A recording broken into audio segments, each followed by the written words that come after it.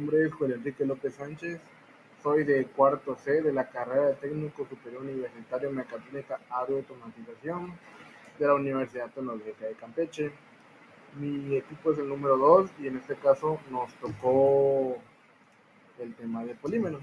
Vamos ahorita con el honor a darles una breve introducción.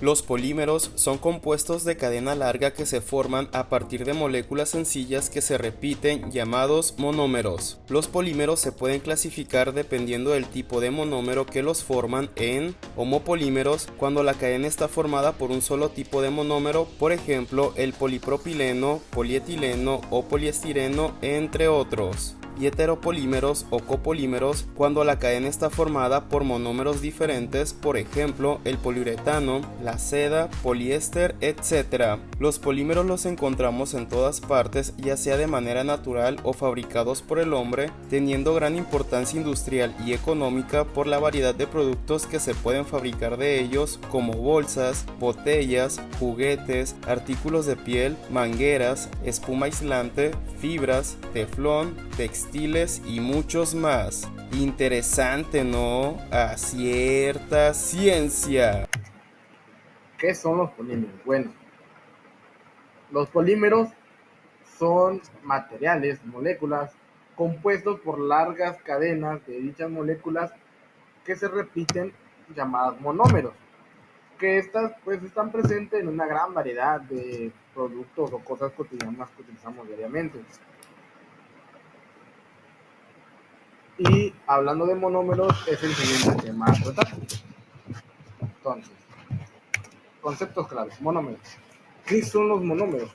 En este caso los monómeros son moléculas pequeñas que pueden unirse químicamente con otras moléculas similares, pues ya sea similares o idénticas, para formar los polímeros que conocemos, que estas son estructuras más grandes y complejas. Este proceso se le llama polimerización, que cada monómero es una unidad repetitiva en la estructura de un polímero. Por ejemplo, en el caso de los plásticos, tenemos el etileno, que es un monómero que se une repetidamente para formar el polietileno que conocemos. Por ejemplo, los aminoácidos, el ADN, y otro ejemplo común es el estireno, que tenemos ahí. Otro monómero común que tenemos en este caso, que es la glucosa, que es un monómero que está hecho de los carbohidratos y se une para formar polisacáridos y por ejemplo el almidón o en este caso el glucógeno. Bueno, al siguiente tema. Los oligómeros. ¿Qué son los oligómeros? Los oligómeros son moléculas que están formadas por un número limitado de pequeñas unidades, en este caso los monómeros, que son unidos entre sí, como vimos anteriormente. Estas se encuentran entre las moléculas simples, que son los monómeros, y los polímeros, que son moléculas mucho más grandes, como ya se había dicho, que son formadas por unidades repetitivas. Al contrario de los monómeros, generalmente un oligómero está compuesto entre 2 o 20 unidades de monómero, aunque pues este número puede variar dependiendo del contexto, del material, de todo lo que se está hablando. Unos ejemplos de oligómeros podrían ser los carbohidratos, que son formados por pocas unidades de monosacáridos, los oligopéptidos, que son como cadenas cortas de aminoácidos. Ok, vamos al siguiente. Macromolécula. ¿Qué es una macromolécula? Una macromolécula, como su nombre lo dice, es una molécula de gran tamaño y compleja que está formada por la repetición de muchas unidades más pequeñas llamadas monómeros. Estas moléculas pueden tener estructuras muy diversas y diferentes, para ya sea desempeñar funciones clave en distintos átomos, en materiales sintéticos o en materiales vivos, que en este caso nosotros, o en los sistemas biológicos de los materiales sintéticos también se puede hacer. Algunos tipos principales de macromoléculas son las proteínas, que estas están compuestas por aminoácidos y pueden tener funciones estructurales como el colágeno que tenemos en la piel o las enzimas.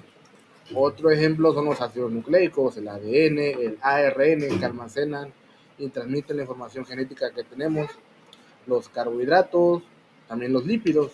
Hay otras macromoléculas sintéticas, que en este caso como los plásticos, el caucho sintético o el nylon y otros pues, polímeros que se usan en la industria textil.